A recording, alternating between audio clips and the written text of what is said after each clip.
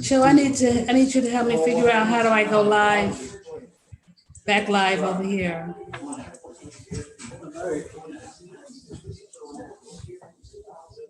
Which one of these is it?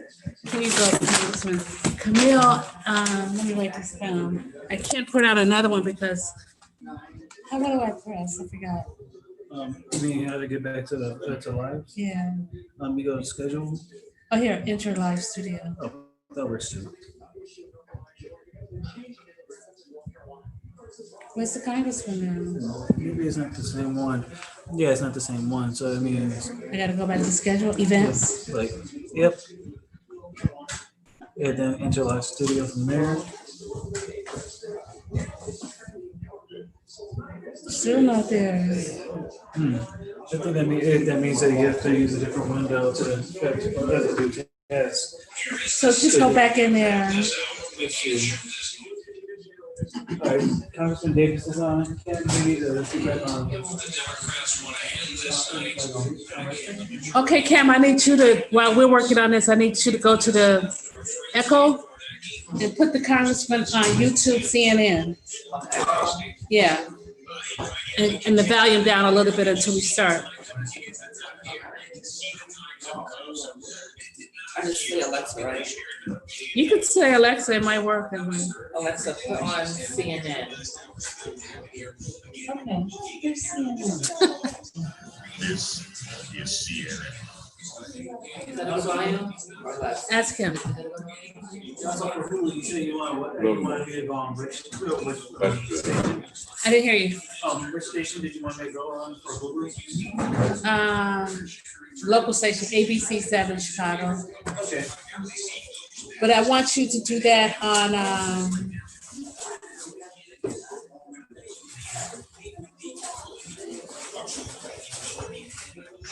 I'm gonna let Channel 5 and 7 in. You wanna talk to him if he wanna talk to you? Fine. Okay. So, Cameron and Joseph, why isn't, oh, there we go, right there. The Facebook. Congressman, do you see Joseph Boltos on the left, on the right?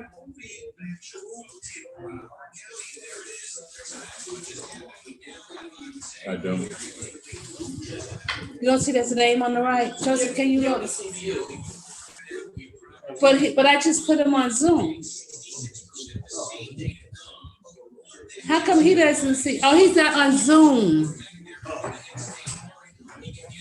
Can we be on? I'm on Zoom and rest. So put him on Zoom using one of the links using my email.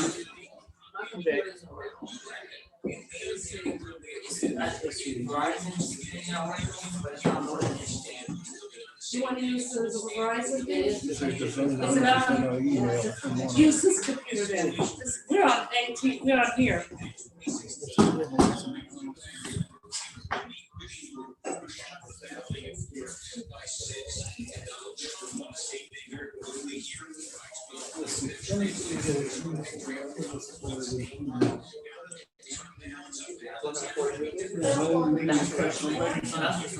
Yeah, that's gonna be the one.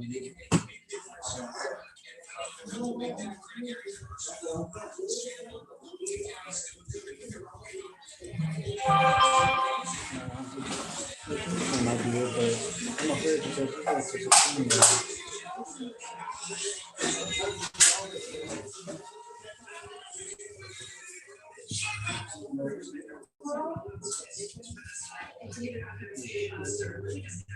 I'm on, but I don't have my picture on, but it should still say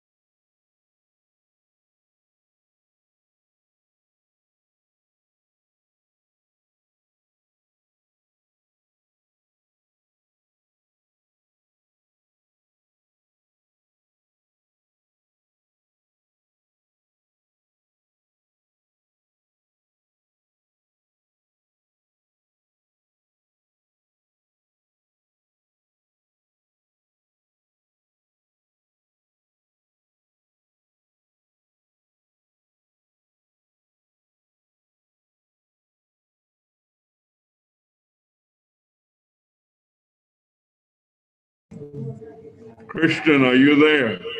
Yeah. Turn on your computer. Yes, I'm here. Hello, Congressman. Daniel, are you there? Christian is there. Christian, are you there? Yes, sir, I'm here. Can you turn? I don't know if Christian is there. Yes, I'm here, All sir. right, Christian, are you there? Yes, sir, I'm here. Can you hear me, sir? I can hear you. So what's it been like today for you? Well, it's been good. The polls were full of people, and it was a lot of enthusiasm here in Illinois. And what I'm hearing from friends You in had a North very Carolina. interesting day, I would imagine. Yes, sir, definitely. Absolutely, sir.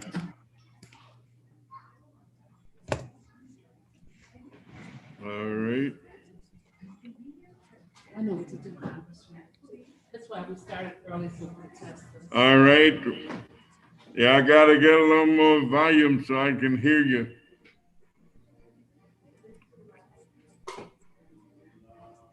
Something's going on, not right here. What is it showing on live?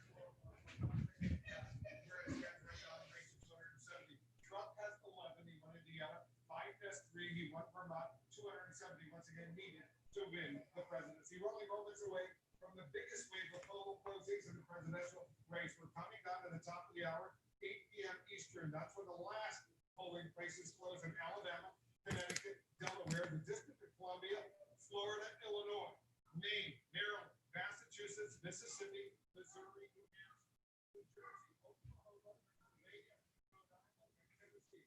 Together, those contests add 162 electoral votes. That's a huge chunk of the 270 needed to win. Florida, Pennsylvania, I'm Biden. Let's go. Let's go. Let's go. Let's go.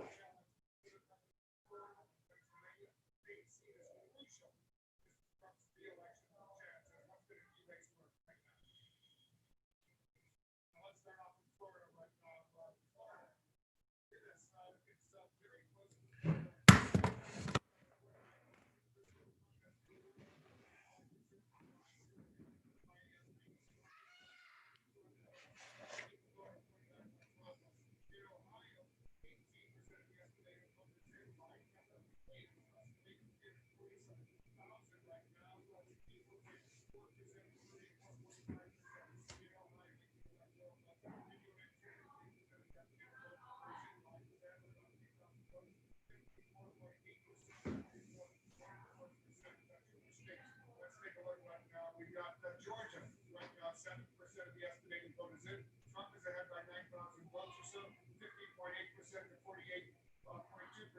In Virginia, 13% of the estimated vote is in, and Trump is ahead by about 80,000 votes, 55.6% to 42.6%. Let's go back to John King at the magic wall. We're watching these states very closely, including Ohio right now, which clearly is a major battle. Right, it's very interesting to watch. Florida's still fine. We'll get there and get very close. The presidency, the possibility, sure, people see how that plays out. But let's start with battleground Ohio. This is a state that went there Monday morning. Right? Went there and said, "Oh, you really want to be doing that? You have a chance in Ohio." Well, let's see. Middle part of the state, you see all these counties, and you see nothing. Most of that's going to come in red. You just know that, right? So the Democrats need to run it out the urban areas. It'll be Cleveland, Columbus, Cincinnati, Toledo, Youngstown. But if you come here, this is interesting to see. In this regard, you get 2020 here. Right now, Yeah. County, Youngstown, this is where the president Yeah. says, But no. When volume was down.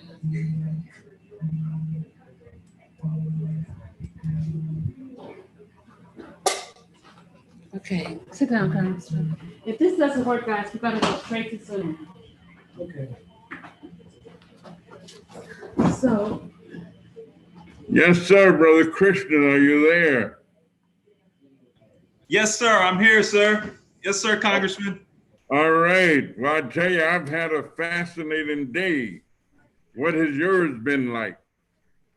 It's been a very interesting day going around to the polls, sir. There's a lot of enthusiasm, a lot of hope, and people are very hopeful that things will things will go right and democracy is going to win tonight. Well, did you feel comfortable that the candidates you voted for were going to win? I feel I feel confident, sir, that we're going to win. As I feel very confident that Vice President Biden's going to win, and that the whole slate is going to do well. So. Yeah, I felt pretty good about my candidates also. Okay. Matter of fact, it sounds like we may have been voting for some of the same people. Yeah, definitely. Looks like we must have voted for some of the same one. I have a feeling we did, sir. Well, I know that you got an analytical mind and you be analyzing things all over the place. From what you're hearing from around the country, what do you think it looks like? It's slim, and my cousin is in North Carolina. He's in Charlotte, and it's tight. I got to tell you, it's very tight. His daughter, my cousin's daughters, were doing a peaceful protest the other day, and they were part of a crowd that got pepper sprayed by the police this week. They got pepper sprayed. Yes, sir. In North Carolina? Yes, sir. Well, you don't say. Yes, sir. Well, what do you think is causing that? What kind of action is that in the United States of America? It's undemocratic, sir, and it reeks of voter suppression and intimidation tactics, sir. Well, that's so unfortunate, but I guess if we end up with the right people in the White House, yes, sir, that kind of action will not be sanctioned. As a matter of fact, it will be frowned upon, sir. And in all likelihood, it would be wiped out, discontinued, and have no place in a Joe Biden democracy in America. That's right, sir. Well, I tell you, I'm feeling better and better when I look at some of these returns, even though they're early. And I look at some of the returns that are coming in and to see how tight they are in states that traditionally have been known as red states, states that Democrats have not won in a long time. But it seems like many of the American people are ready for some change. Yes, sir. What do you think really has brought this about in terms of the change notion? Well, honestly, sir, I think the rhetoric of the United States, the identity of it has changed considerably from being a very diverse, quote unquote, melting pot to now being a very polarized group of nation states, sir, unfortunately. And I think we've gotten divided by color and gender from up top. And I'm just going to say it as a voting citizen, you know, the president, I think, has done the democracy of the United States wrong. And as an immigrant that's been here since I was 7 years old, I'm very disappointed in the state of America today from where it was left with President Barack Obama, sir. Well, I guess if people haven't voted up to this point, just about all of the voting is over, except as you go west, there might still be a few places that we haven't gotten to. But the changes that we're seeing in the eastern part of the country and in the Midwest, I'm looking at, you know, Ohio seems to be pretty close right now. It is. Of course, being in this business as long as I have, you always know that you have to know where the votes are actually coming from in terms of which area. and whether or not those areas have been known as strongholds for one party or another, or strongholds for one voting group or another. And I guess not really having that kind of data in front of you, can't make those determinations. But I guess it does look pretty good, though. I mean, to be very honest about it, I'm trying not to get too bubbly. As State Representative LaShawn Ford, I got a feeling that LaShawn probably has already declared, in all likelihood. All right. He probably should. But Representative Ford, how you doing? Good. Can I make the announcement tonight on this live on Congressman Danny K. Davis Election Night Watch Party that I'm declaring victory, and I want to thank all of the constituents of the 8th District, including Tiama Romero, for voting for me, and I could serve another 2 years. So this is your which term now in office? I would be going on, it looks like I would be going on my 7th term. So you've done this 7 times, huh? Yeah, unbelievable. Yeah, because representatives have to do it every 2 years. It's kind of like every time the bell rings. You know what? Up there. You and me will be getting petitions again in August. It's unbelievable how we get elected, we get inaugurated, and then we get petitions right back in August to run again. You know, people moan and groan a little bit about that, but in reality, you really wouldn't have it any other way, would you? I would. It kind of gets in your blood. You look forward to it. You love it. And even though you got to run every 2 years, you don't mind that because you have so much fun out interacting with the people. Let me tell you, when I went to vote this morning, people were so kind and so gracious. I didn't want to leave the polling place. I wanted to just stay in there all day and interact with my constituents and see the kind of feelings that they had. And so there's something about this democracy business, something about feeling like you've got a place, you've got something to say, you have a stake in what goes on, and you can exercise it. Claude Robin, how are you doing? Hey, Congressman, I'm doing well. How are you? I'm doing good. I can't complain. I'm just having fun. All right. You know, like F-U-N, fun. Yeah, I want to have some fun at the end of this night, too.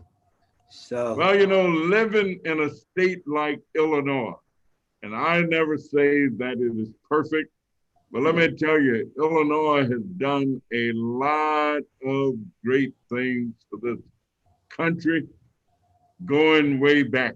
I mean, how many people can say that they live in a state where slavery really was abolished for many of the individuals in our country when we had this president, old Honest Abe, who decided that he would strike a mighty blow.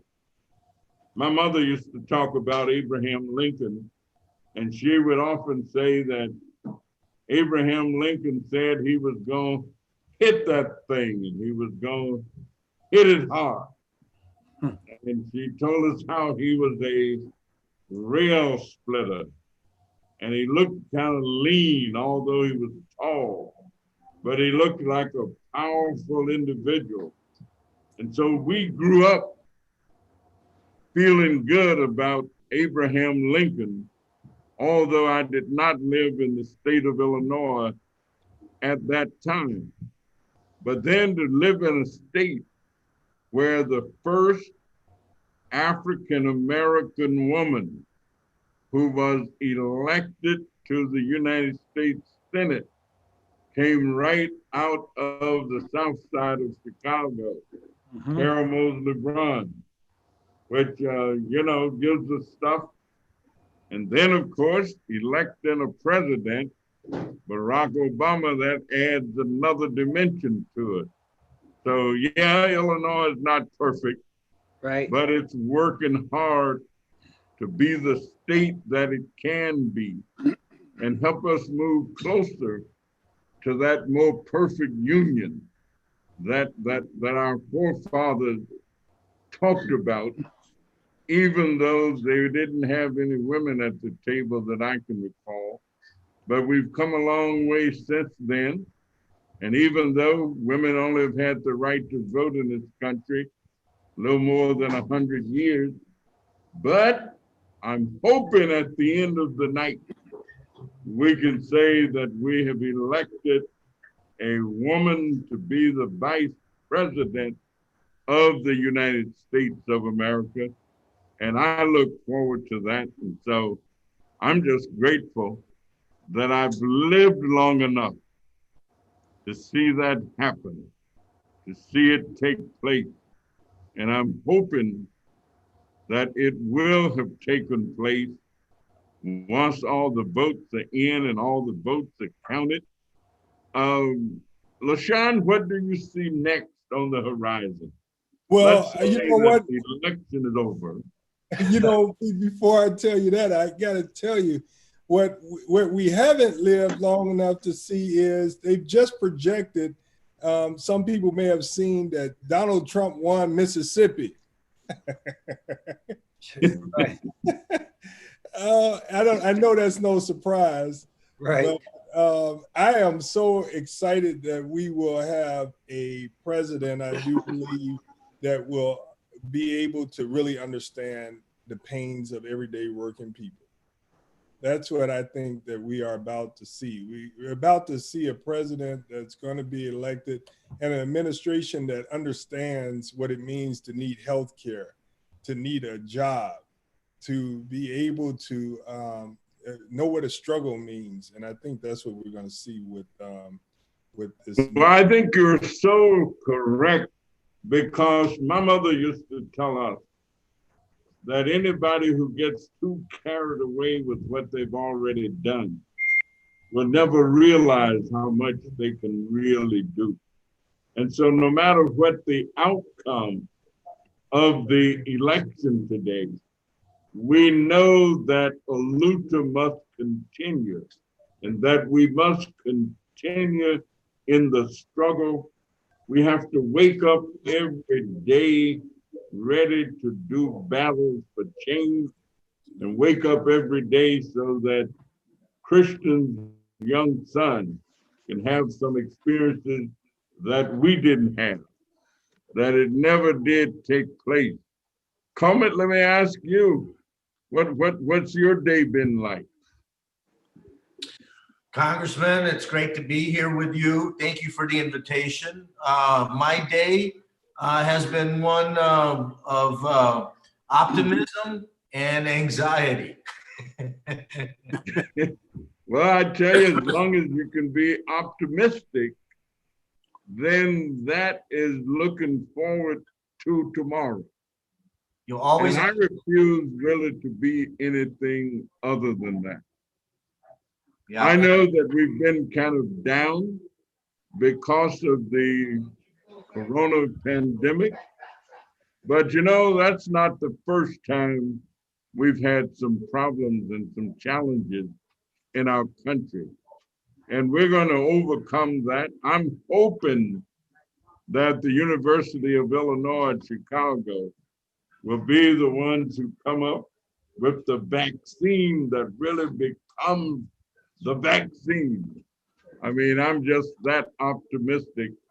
There are a lot of people doing the kind of research that is needed, but the University of Illinois, I'm hoping, is going to be the ones that really break through. And I'm looking forward to that. Dave, how are you doing? I am doing very well, Congressman. I want to thank you for the invitation to attend this great event with you. I hope it's going to be a marvelous night. And as you know, I represent community banks, and I want to thank you so much for being such a great supporter for Illinois community banks. I know you've got that in your blood, you've got that in your experience, and truly community banks and helping small businesses in your district and across Illinois are going to help us pull out of this economic situation that we're in now as a result of the coronavirus. So thank you very much, sir. Well, let me just thank you and your associates, because having some place that you can rely upon, that you can believe in, that you can place your trust in, Yes. and that you know is going to assist small businesses to maintain and grow. I know sometimes it doesn't seem like it, but small businesses still remain the main economic engine that drives the economy of our country. And sometimes it's not easy to see things that are around you and that are working all the time. And I was amazed when it really struck me that small businesses play the role that small businesses actually play. I ended up serving on the small business committee when I first got elected to Congress. And small business was one of my main entities and concerns and areas of concentration. And so I credit that experience with helping me to realize the value of small businesses and the tremendous role that they continue to play. So I want to thank you again and thank you and your colleagues for being supportive of efforts that I've been engaged in, been involved with, and we're going to try and keep things moving and keep them coming and keep the wheels turning. And once we get this virus really under control, then I just can see the tremendous movement that's going to take place. And we'll get America back on track. And especially when we get America back on track with the kind of leadership that I think we're going to have. So thank you, and thank you. Thank you, You Congressman. know, LaShawn, I've been saying that, and I don't know what the outcome of the fair tax is going to be, but I know I was a big supporter of the fair tax. And I heard myself on radio earlier today kind of saying fair is fair. It's fair, fair, and it was named properly and appropriately. I think the governor of our state has provided great leadership in trying to deal with the problems, challenges, and issues in the state of Illinois. You've been right there in the state legislature, so you know what it takes to provide that kind of leadership. So what are you looking forward to now in the state capitol? Well, Congressman, I was a part of the team that helped draft and put the ballot initiative on Illinois' ballots for today and through the whole process, early voting and write-in. But the fair tax is clearly what it says. It's a fair tax, and it's an opportunity that we haven't had in a long time. And even some of the red states have a fair tax system. And Illinois should have a fair tax. It just makes sense. So I'm very happy to say that I voted for the fair tax amendment to the Illinois Constitution, which will allow us to tax those that make more money at a higher rate.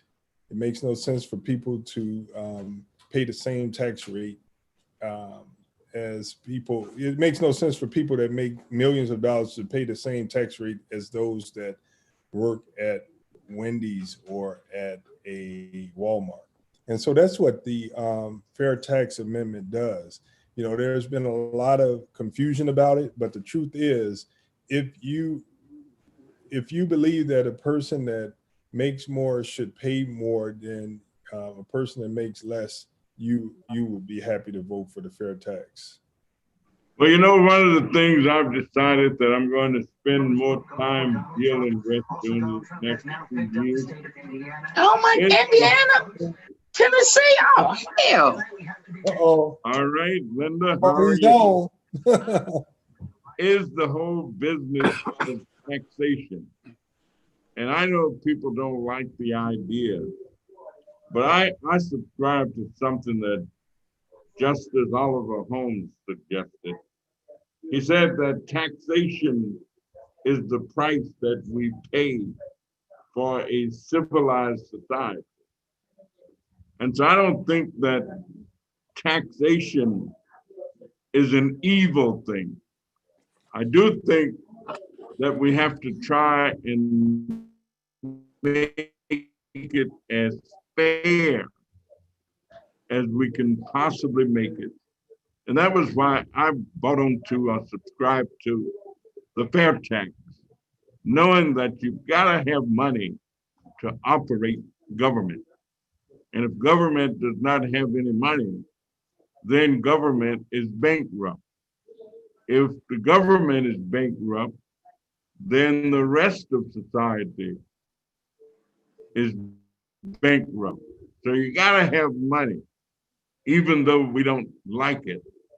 But if you can feel that you're being assessed at a fair rate and that you're paying your fair share, everybody else is paying their fair share, then you generate the resources that you need, and nobody is being dealt with unfairly. And so that was my rationale and my reason for saying, yeah, this fair tax makes a lot of good sense, and having people pay according to their ability to pay and doing so in a fair way. That just made me feel kind of good about it and made me feel like I didn't mind doing it. Deborah Williams, I know you've been working hard, let me tell you, the whole time, getting people counted. And I must tell you, you did an outstanding job of coordinating the activities of the coalition relative to trying to make sure that we got an honest count of people as we were generating the information necessary to take the census, even though the president kind of cut the time short a little bit between him and the Supreme Court. But what's your day been like? Well, today I did something a little different this year. I volunteered with the Democratic Party and did voter protection. So I manned the hotline for voter protection with the Democratic Party with Mike Casper and all those people on the line, making sure people got a chance to exercise their right to vote. So I manned the hotline and took calls and tried to resolve issues at different polling places. So that's what I've been doing all day. And then logging in the issues on the new system. So that's what I did. Election day. So you should be ready for a little bit of rest. Yeah. I mean, I know that during the census taking time, hardly a day was I ever in Chicago that I didn't see you someplace, somewhere, doing something. Yes. So that sounds like it's been a good period of time and great. So thank you for the work that you've done and the work that you continue to do. And I hope every candidate that you voted for gets elected. That Yes. at the end of the day, that you have a 100% voting record, and all of your candidates would be winners. You know, I see that Mary Nelson, if you're around, you know, Mary, one of your alumni members was on a health call with us the other night, and she was just fantastic. So, Mary, if you're there, would you unmute? And I want to ask you what your day was like. If you hear me, do so. And if not, then we'll get back to you. Richard Hart, how you doing? I want to. Doing Yeah. good.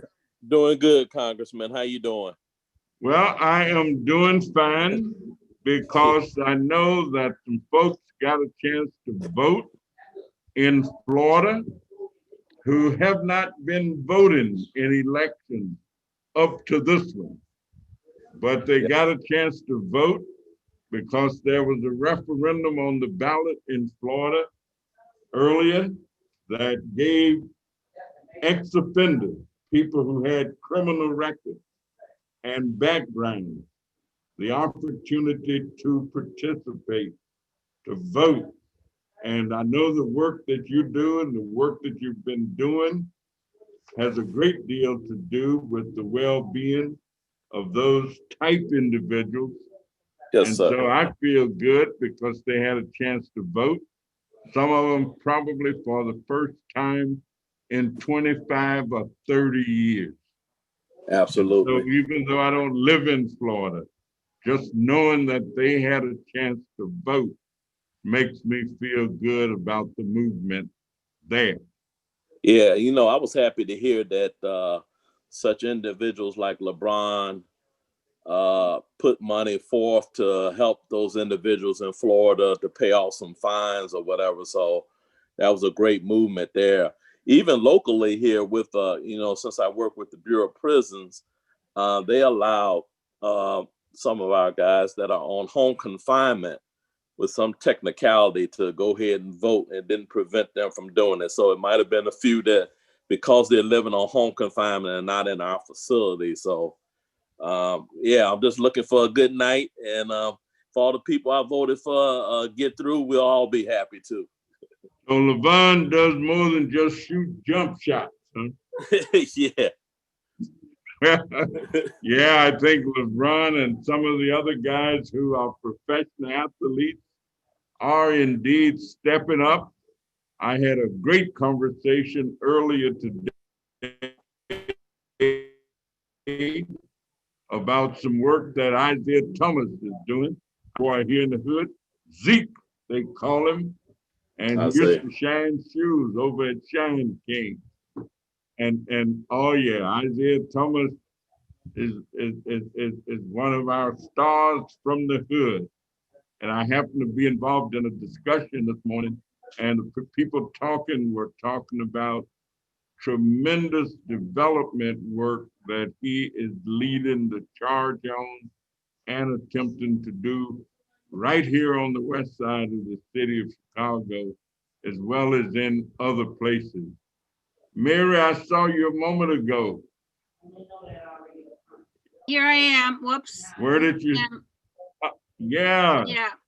Oh, we just had a great discussion with one of your fellow student alumni from the university where I know you got your doctoral degree from. And she's just written a book that's out of sight. But how are you doing? I'm doing great. And obviously, like everybody else, have worked really hard and with the faith community and with the Poor People's Campaign and so forth on this election. You know, I remember when my hair was not as gray as it is, and your hair was not as white as it is. So that takes us back a little bit.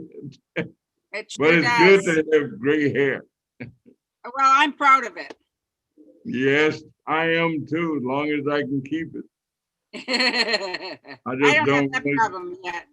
I don't want it to leave and go away. So thank you so much.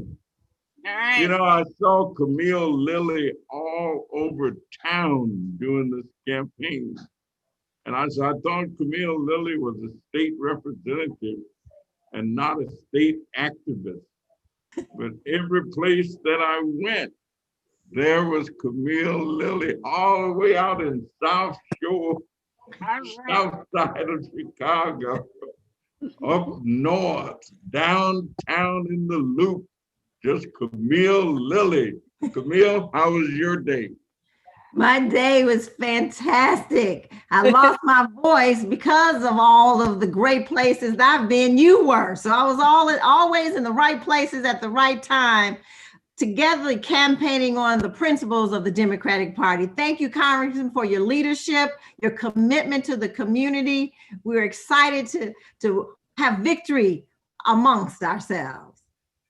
Well, you know, it's so much fun when you get a chance to come in contact with so many exciting people who are contributing in as many different ways as you can think of.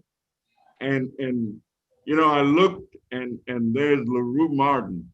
And I'm thinking that some folks don't really know that LaRue used to be a Star National Basketball Association player. I have my wife on the phone here too.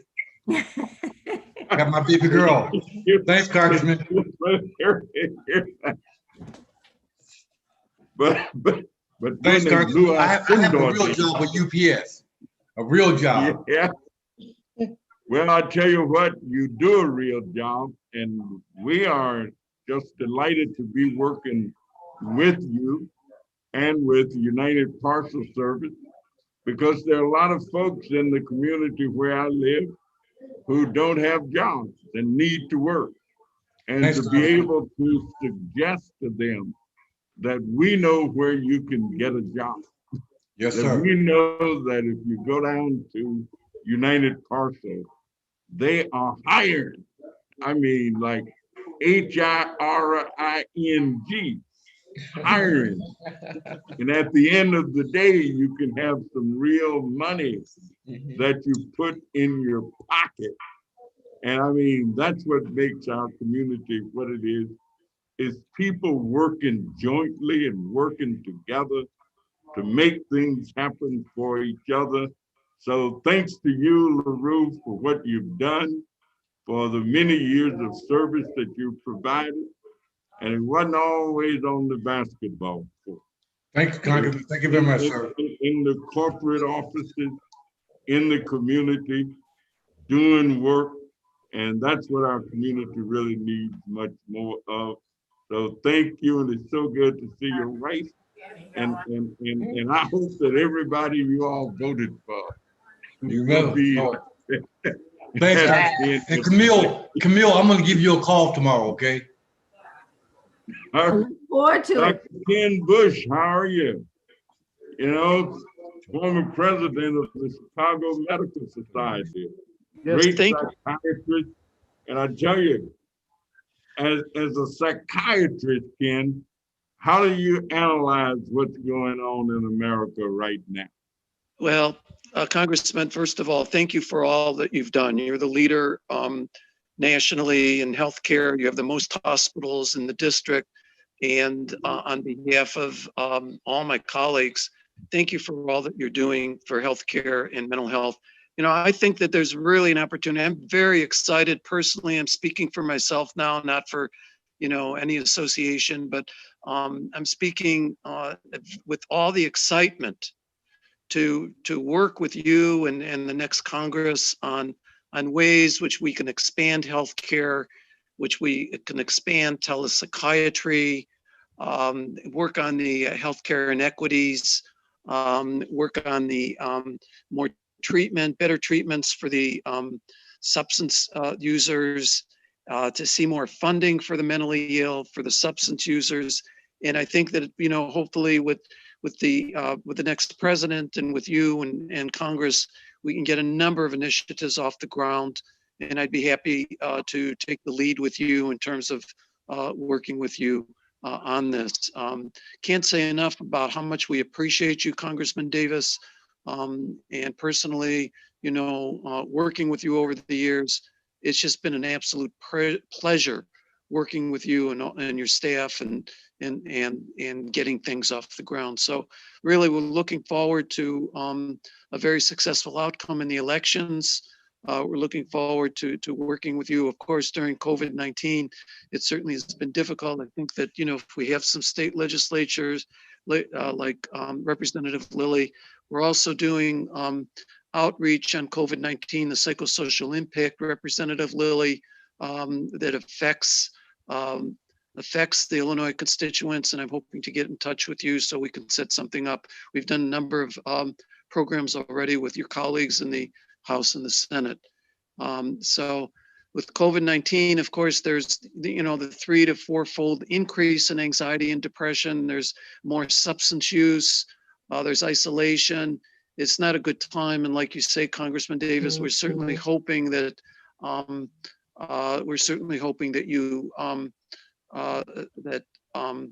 you can help us with this in terms of, you know, we hope that a vaccine will be found very shortly, and that we can go from there. But right now we're still in the, the 8% positivity rise. I just attended a lecture on this just the last hour, and and the transmission really with the face masks are so important, everyone. I know that some folks don't like to wear face masks, but they prevent transmission, and the 6 feet of distance and the hand washing and fresh air. So that's the message that, this is a little bit of a difficult time in COVID-19, but we're going to get through it. We're going to get a vaccine, and we're going to get the next president to help us in terms of moving forward locally and nationally. So Congressman, I can't thank you enough for all the work that you've done, and we look forward to working with you in the next Congress. Well, thank you. Thank you very much. We had a great event the other day with a whole bunch of individuals who had been to prison. As a matter of fact, one gentleman had just gotten out. He had been there for 29 years, had not had a chance to vote. We had another person who'd been there 25 years, but later had been there 22 years. And I looked out among the group, and there was Reverend Marvin Hunter. I said, you ain't no ex-offender, so what were you doing at this press conference?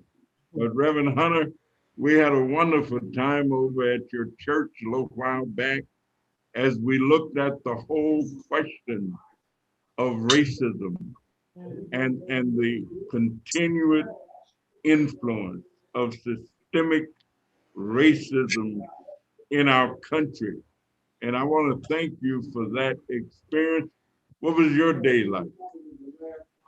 Well, I've had an amazing day. First of all, I just want to say that I am really thankful for you and your public service to us as our congressman and our leader in the Congress. You've done a great job. And the reason I was at that meeting, there are two reasons I'll tell you real quick. Is number one is I've always had a heart for the ex-offenders. The community that I come from, 98% of those people, our recidivism is about 98% in North Lawndale, and we're trying to lower that. And you've certainly worked hard to help us to do that. And because you have this gift of hiring great staff, your staff members made sure that I understood what was happening that day and made sure I was there. And I just want to thank you for hiring great people to make sure that the message get out. My day today has been really, actually, I've been on a high, because as I went around and saw polls today, I noticed that there were not a lot of people standing in line. So that means that the early voting apparatus that has been offered to the people here in Chicago and the state of Illinois worked, and people took advantage of it in greater numbers than I could have ever imagined. And I'm excited about that. I think Illinois is going to show up real well on a positive way for the candidates that we've chosen. All right, well, let me thank you again for the tremendous work that you've been doing. And I know this lady that I'm about to holler at is about as tired as she could be because it's her job to look after these elections throughout the county of Cook. And of course, Cook County is the second largest county in the United States of America. And except in Chicago, Karen Yarbrough has to do the election for all the rest of these communities in Cook County. Karen, are you there? Cook County Clerk Karen Yarbrough, are you there? Well, you may have stepped away for a minute, but then step on back whenever you get the opportunity to do so. But Reverend Walter Jones, I know that you've been all over the place, loudspeakers, knocking on doors. You do a great job of leading the young group that you have organized in the East and West Garfield Park communities stretching on into Austin, fathers and families who care. Walter, are you there? Yes, I am, Congressman. What was your day like? It's been extremely busy, Congressman. We've been still out there in the community trying to make a difference, continuously trying to empower the young people and the community alike and trying to get folks over to the poll. Were they coming? Pardon me? Were they going to the poll? Yes, sir. Yes, sir. Yes, sir. Well, that sounds like a winner to me. You've done an outstanding job of raising awareness relative to families and family needs and helping emphasize the value of family unity and what that really means. So I want to thank you so much for that. And you know, we've been talking about all these great ladies that we know all over the country. The great lady we're looking forward to becoming Vice President of the United States of America. But I'm also looking forward because right here in the state of Illinois, we have one of those great ladies with us, Juliana Stratton, who is the Lieutenant Governor for the greatest state in the United States of America. And Juliana, we're so delighted to have you with us. You've been crisscrossing the state of Illinois. Yes. Oh, everywhere I look. Good evening, So what was your Congressman. day like? Oh, goodness. Well, first of all, Congressman Davis, thank you so much for having me this evening. I'm delighted to join you on this election night. It's a big night for all of us. My day was, I joined Governor Pritzker as we went to several polling sites across the city of Chicago, really. We stopped in the Hyde Park area and was with Kim Fox as she's running for re-election for state's attorney, and some others. We then went up to the 47th Ward and met with many people who are running, with Congresswoman Jan Schakowsky, a New York colleague. And then we ended up at the United Center. And I don't know, I'm sure you all know that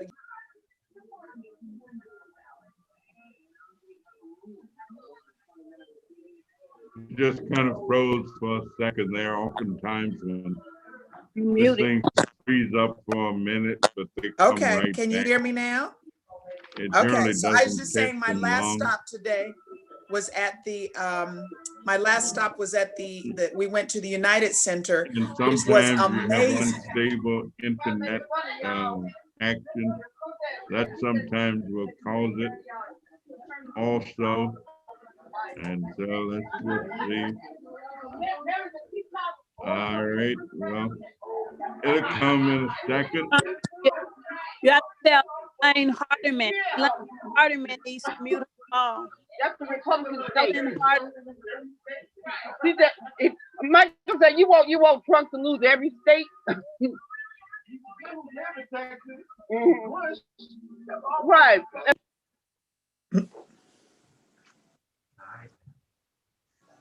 All right. I think everyone is muted now. Hey, it's okay because people are excited and this is what we have to do. We have to stay safe. Normally we would gather together on election night and we'd have a big party, but this is what we do. And you know what? There might be a few glitches, but it's better than nothing, isn't it? And we're all healthy and safe, and that's what really matters.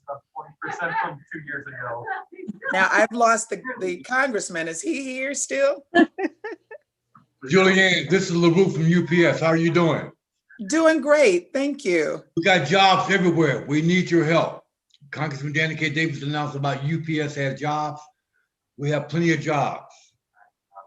Well, plenty of jobs are what's needed right now. So we look forward to. We're going to vote. Our people are voting big time.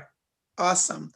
Well, you know, here, and I'm just going to say a few things as he's coming back on, because I know I only have a few minutes. Good to see you, Representative Lilly. I see you over there, and all of you. It's great to see all of your faces. So you all know that, so today he was asking me where I was, and as I said, the governor and I went to 3 different stops. We started at Hyde Park, we then went up to the 47th Ward, and we ended at the United Center.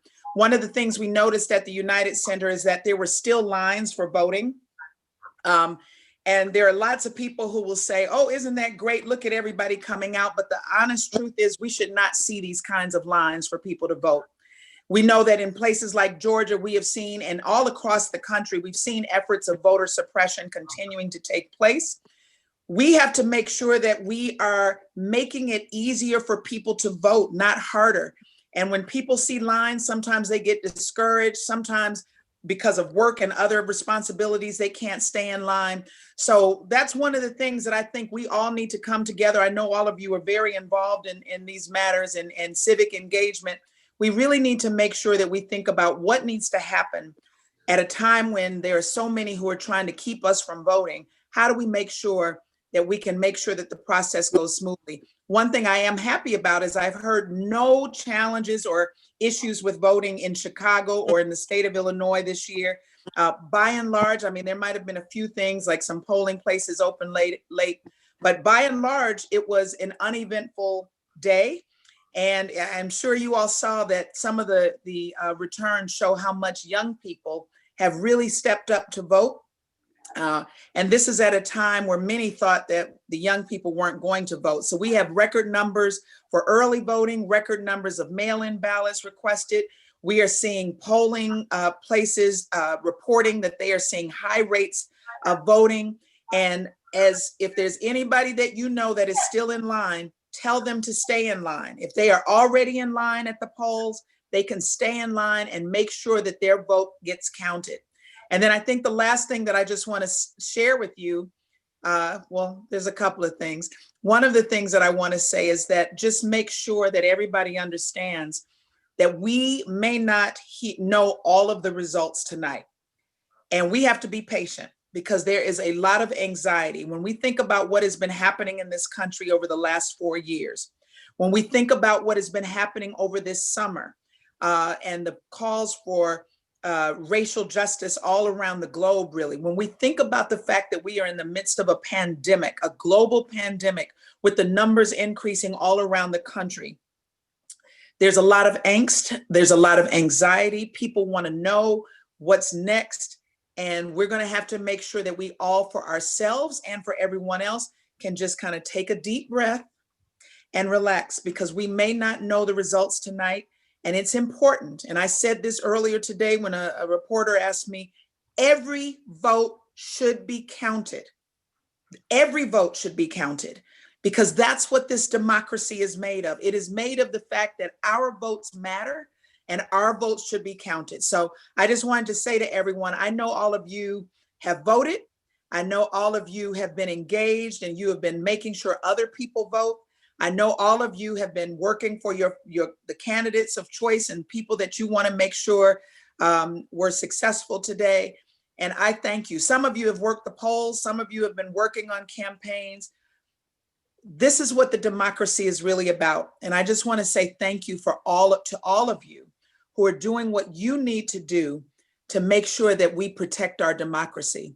We have someone in the White House right now who has done everything he can to try to divide us, to try to unravel our democracy, to try to challenge the very things that we know are what are most important to us when we think about the right to vote.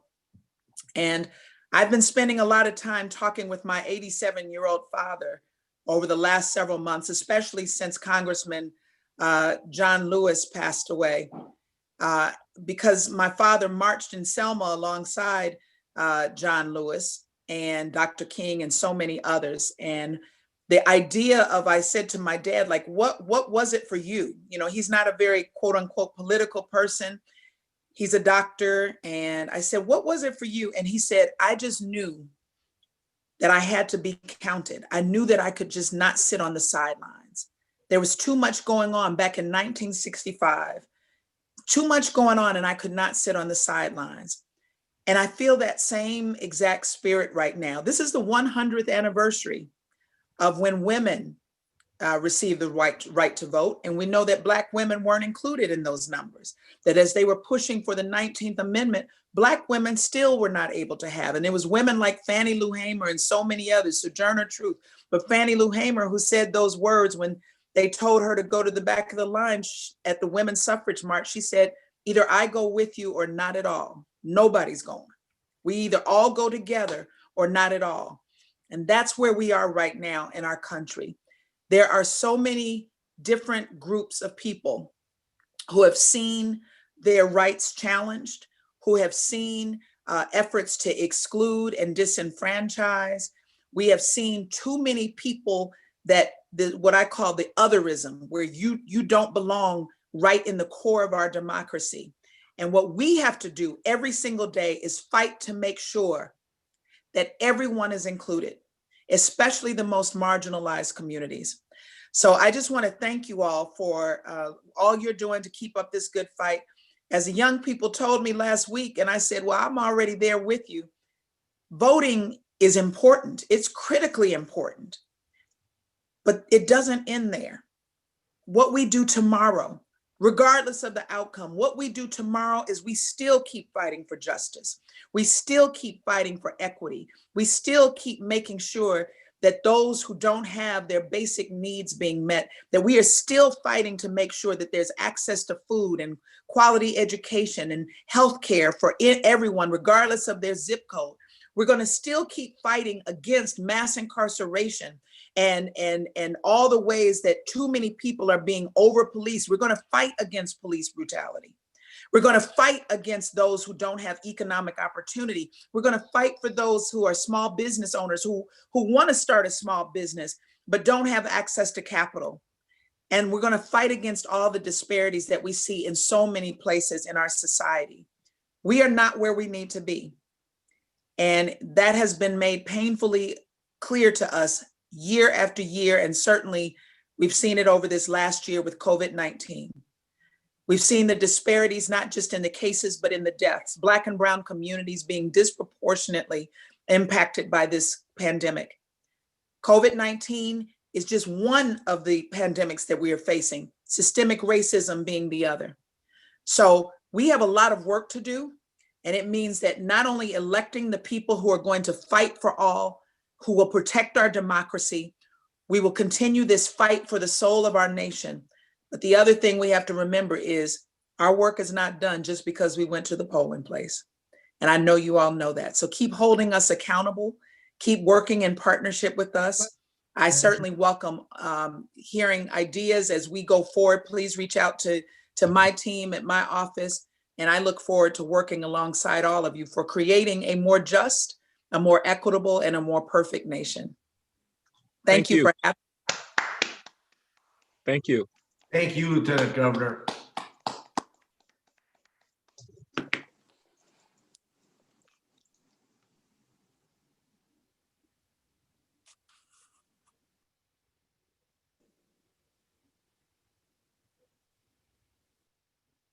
Well, I see Clerk Karen Yarbrough has joined us. Hey, Congressman Davis wanted you to say a few words. I'd be happy to do so. As you know, that I'm the clerk of Cook County, and Just honored to be so. And we're in the midst of, actually, I'm down here at 69 West Washington, working it out, Camille. I'm working it out, okay? I've been all over the county, talking with our judges and making sure that we had plenty of PPE, making sure that we had locations that would be adequate for our judges. I mean, it's been a heck of a process, but it's something that we needed to do.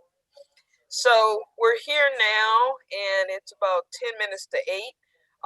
We will be starting to report some numbers, and I know everybody's excited about seeing some of these numbers and what have you. You know, I'm so thankful and so grateful that the people allowed me to have this opportunity to serve in this position. I've met so many wonderful people. Our judges, I can't say enough about them. This year, we had, normally it takes us about 8,000 people to pull off an election. We actually had 15,000 people that reached out to us and said, I want to help. I was thrilled when I heard that from them. It was good news. Representative Village, let me tell you, some of those people were, a lot of them were young people. Young people, do you hear me? Yes. And they stepped up to the plate. You know what? Our future, in my view, is guaranteed because these young people have stepped up and they're prepared to take our places. And isn't that what we're supposed to be about doing? I mean, we're supposed to prepare the future. So, you know, while I'm here today, tomorrow there will be somebody else here. And I just hope I have the opportunity to continue to mentor people, to get involved in the process. One of my mentors is Carol Mosley Braun. And I remember talking to Carol about, when she was in the U.S. Senate, she told me that when she went there, they told her she didn't belong there. She didn't belong there. Now, you know, we belong everywhere. We belong everywhere, don't we? And so that's why I'm just thrilled tonight. Did we have some problems today? Absolutely. You know why? Because we're not perfect. None of us. But in order to continue to try to strive to do our best, to do what we can do to make it a more perfect union, everybody's got to get on board. Everybody's got to pitch in. And Camille, guess what I saw over the past 14 days? I saw people lined up wanting to do what? They wanted to have their voices heard. And we heard them.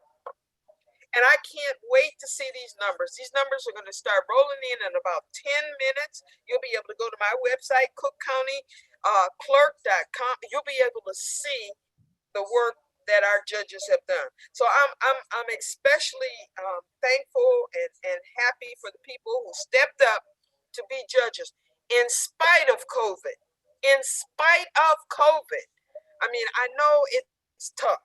I know it's hard. And it was in the spring. It was tough and it was hard in the spring. But we start preparing in the spring for today. And for such a time as this, our folks in Cook County stepped up. They became judges and they were out there today in full force. And I'm thankful and grateful. So you all stay tuned. Take a look at the numbers so you can see what you did, because you did it. You did it. You know, and listen, I'm just ecstatic about the people who stepped up. We can do this. I mean, we can do this. And I'm hopeful. You know, we have an election coming up soon in the spring. And I'm just hopeful. You know, the local elections are the closest ones to you, so don't let us down. Step up there too, just like you were lined up for the presidential General, please line up for the government that is closest to you. And that is your presidents of communities, your mayors of communities, your trustees of communities, your township communities, your park district. Step up and be counted. So with that, I'm going to let you go so I can go and do my job because I'm still here. God bless you all. Thank you so much for having this. I'm so thrilled to be with you all, and let's do this again. Okay? Take care.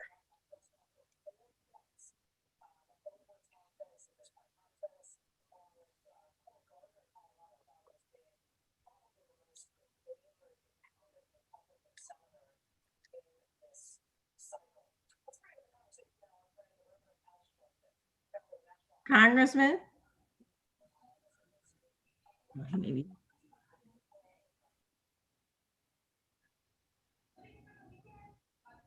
Hey, Camille, I think he might be on mute. Yeah, he may be doing another interview. He's multitasking, I'm sure. We have a lot of things happening in our great state on today. You know I know. You know I know. This is Tony Preckwinkle speaking. How are you? I am fine, Madam President. How are you? Good, good. Listen, I just want to thank you for doing this evening. It's a real service to your constituents and all of us here in Cook County. And I'm grateful in particular to hear from Clerk Yarborough about the pending results of the election. And I look forward to hearing from her. Well, I tell you, she's done a great job with this election, but you've done a great job with our county. Let me tell you, the health care that people in Cook County have been able to get under your leadership is unparalleled. You've done it well. I commend you for it. And thank you for continuing to do what you do. I think yes.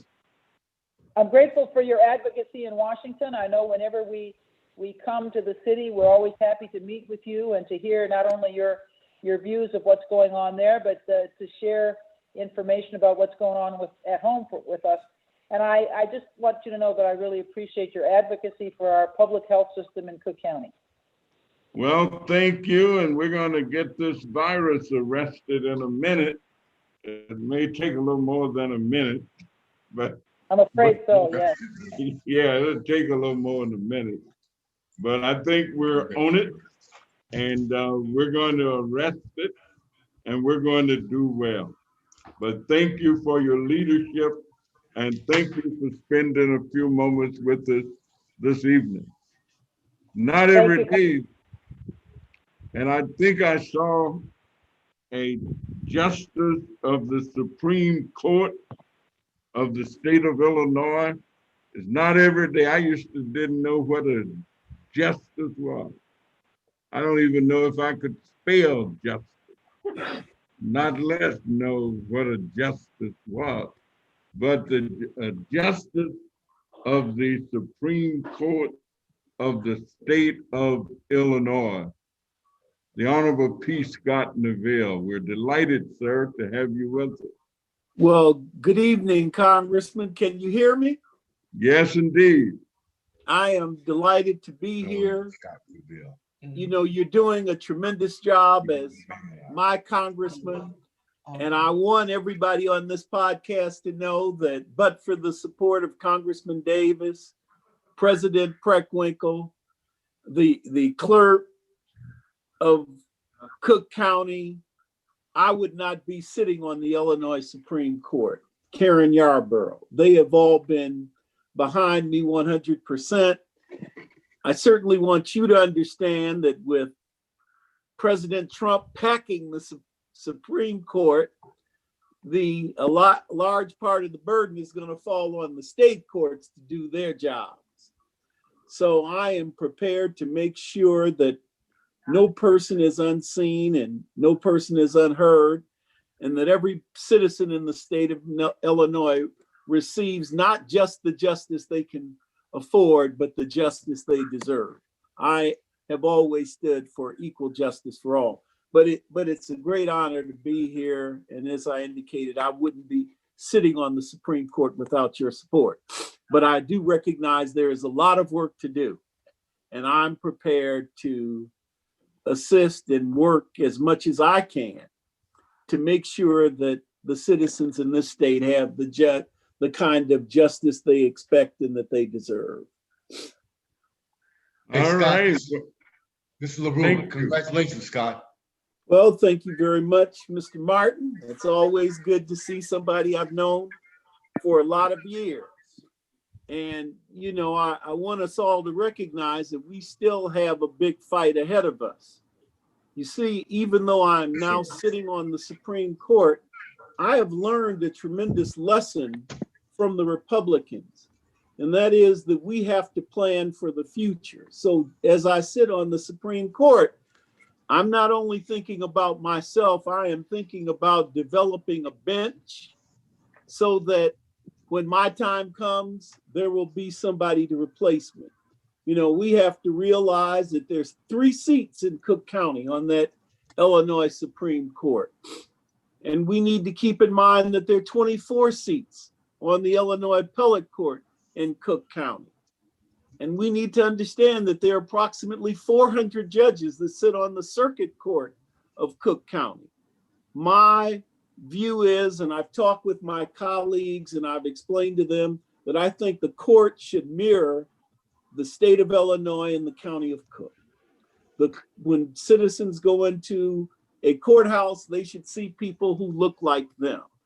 I've told my colleagues that the court will lose its legitimacy if it does not try to diversify the court.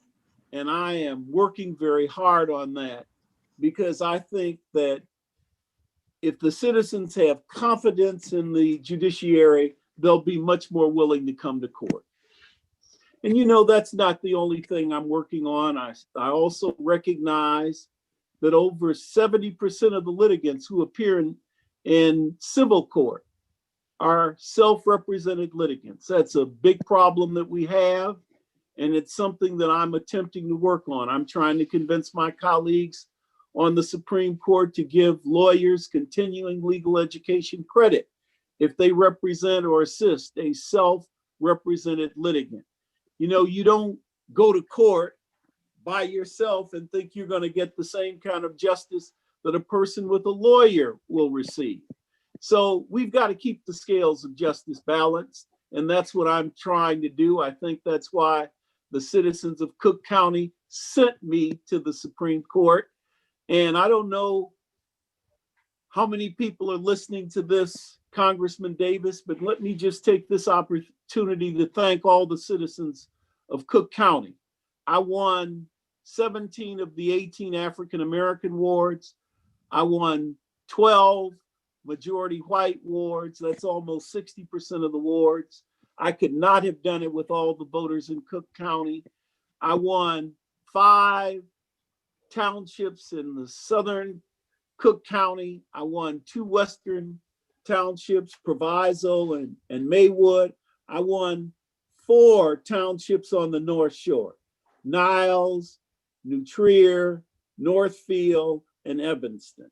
So the voters of Cook County have been behind me, and I want to assure them that I'm going to be behind them. All right, you seem to have a good count and a good record. Well, but I couldn't have done it without you. I've learned from politicians that the first thing you have to do is count. You got to know how to count your votes. But let me just make it clear to the people on this podcast, when you're deciding cases on the Supreme Court, you have to count your votes. You always have to look at the votes and how the votes are coming down. You know, I want the citizens of Cook County to know that I've been dissenting. You know, one of the foremost jurists in this country, Thurgood Marshall, was known as the great dissenter. And it seems now that I'm following in his footsteps. 2 of the 3 well, let's say 2 recent decisions of mine, the vote has been 6-1 and 5-1 with one judge not participating. But I don't mind to be a dissenter. Remember, today's dissent is tomorrow's law. And Justice Thurgood Marshall taught me that you don't have to follow the majority. You do what you think is right. And that's what I'm attempting to do. Do what I think is right for all the citizens of Cook County. But it's so good to see all the people on this podcast. You know, the one thing you don't do, Congressman Davis, is turn over the microphone to a lawyer. So I'm going to sit back and just watch the remainder of the podcast. This is your podcast. And I want to thank you for having me. All right. Well, thank you very much. We've enjoyed every bit of it. Well, I want you to know the best is yet to come. All right. Well, I guess the best is yet to come, because here comes Cook County Commissioner Brandon Johnson. Brandon, are you there? I am, Congressman. I just saw you. Yes. Yes. I am. Hey, good evening, everyone. Excellent. And thank you, Congressman, for your leadership. And I think it's safe to say, once again, congratulations on your 51st wedding anniversary. Such a testament to you and Mrs. Davis. Thank you for being leaders. I want to thank everyone, of course, who is joining us tonight.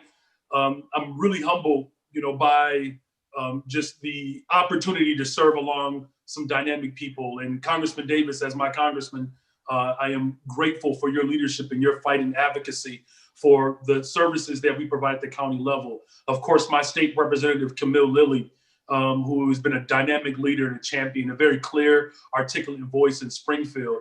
Of course, Clerk Karen Yarbrough. I feel like we have so many dynamic leaders in the 1st District, Congressman Davis, and really grateful, of course, to our Supreme Court Justice. Thank you for your leadership and your commitment to justice. Congressman, you should know that there's some early returns that are coming in. And I know we're paying attention to a lot of the races, particularly the races for individuals at various offices. But we have to do something that I think is very critical for our state, something that I ran on. We have to make sure that the wealthy pay their fair share in the state of Illinois. And so we're going to be rooting for not just Joe Biden. We're also going to be rooting for Kim Foxx, of course. But we're going to be rooting for the fair tax to make sure that it passes. Congressman, as you know, that the billionaire class spent millions of dollars to defeat this measure. And so this is going to be an incredible sort of development to watch over the course of tonight, because without billionaires and millionaires paying their fair share of taxes, regardless of who wins the presidency, our state will have to make much more harder decisions in order to make sure that we're funding the services that are important to us. The last thing that I'll say is I'm really grateful for the individuals who are on this call tonight, because it not only expresses your desire to be on the front end of these conversations, but you all recognize that our work takes off to another level after the results are in. Because the concentration of poverty that exists within the 1st District, where we have families in Garfield Park and Austin, you have 25% unemployment in Maywood. There's so much work that we have to do. And we need leadership at every single level of government to be responsive to the needs of the people who have been crying out for generations. But I'm encouraged that you all are committed to this call tonight, because it speaks to your commitment to our work moving forward. And our organizing has to continue. We have to continue to fight for racial, social, and economic justice. We have to make sure that our budgets reflect our values at this moment. And so I will make this last shameless plug, Congressman. I volunteered tonight to be on WCPT 820 AM from 11 p.m. to 3 a.m.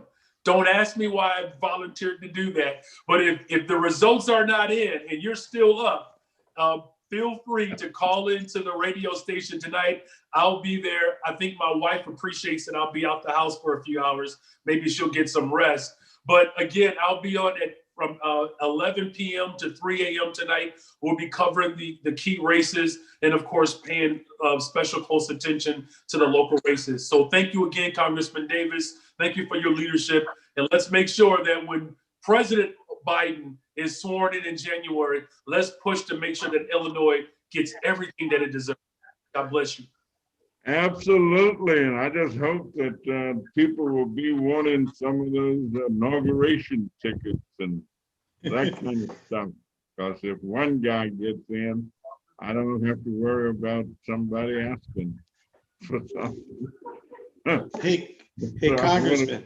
Yeah. How you doing? Excellent. That's good. This is Sean Walker. Sean, how you doing? I'm doing good. Just wanted to congratulate you as well, and then as well as my Commissioner Johnson and all the other elected officials, President Preckwinkle and Camille Lilly, I know, and anyone else that I haven't had an opportunity to congratulate. I just would like to echo what the commissioner says, and I know how important it is for us to make sure that our fair taxes and things are being done, and that you guys as our leaders bring what we need in representation on the West Side and throughout our community. So once again, we commend you for your long-term and long-standing leadership, and we know that there's still a fight ahead. And one thing I will do, as in my belief, I definitely would like to share and keep every elected officials, as the Bible says, that the government is on our shoulders. And I want to make sure that we continue to pray and intercede on behalf of all the leaders, that we may have the wisdom and knowledge and understanding in order to make important decisions and to make critical choices and decisions moving forward. So just wanted to say congratulations and just kind of share as well. And one of my good friends on the phone too, I also want to say hi to Deborah Williams as well. But everyone else, be blessed and continue to stay in the fight, because he said, where there's unity, there's strength. And when we're divided, we can't stand. So continue to fight. Congratulations again. And I look forward to continue to work with you guys in the future throughout the community. All right. Well, thank you so much. And I know that Mark Hoskins is on with us. Some of you probably be wondering, who in the world is Mark Hoskins? Well, he's a state representative from Texas. His brother is the mayor of our town, Forest Park. And Mark is also the chairman of the Black State Legislators in Texas. Mark, are you there? Congressman Davis, thank you for your leadership. Let me just correct a few things. I'm the executive director of the Texas Legislative Black Caucus. I'm a former council member from the city of Galveston, and I am not a member of the legislature, but Representative Jarvis Johnson will be joining us around 8:40 to talk about the results that are going on in Texas.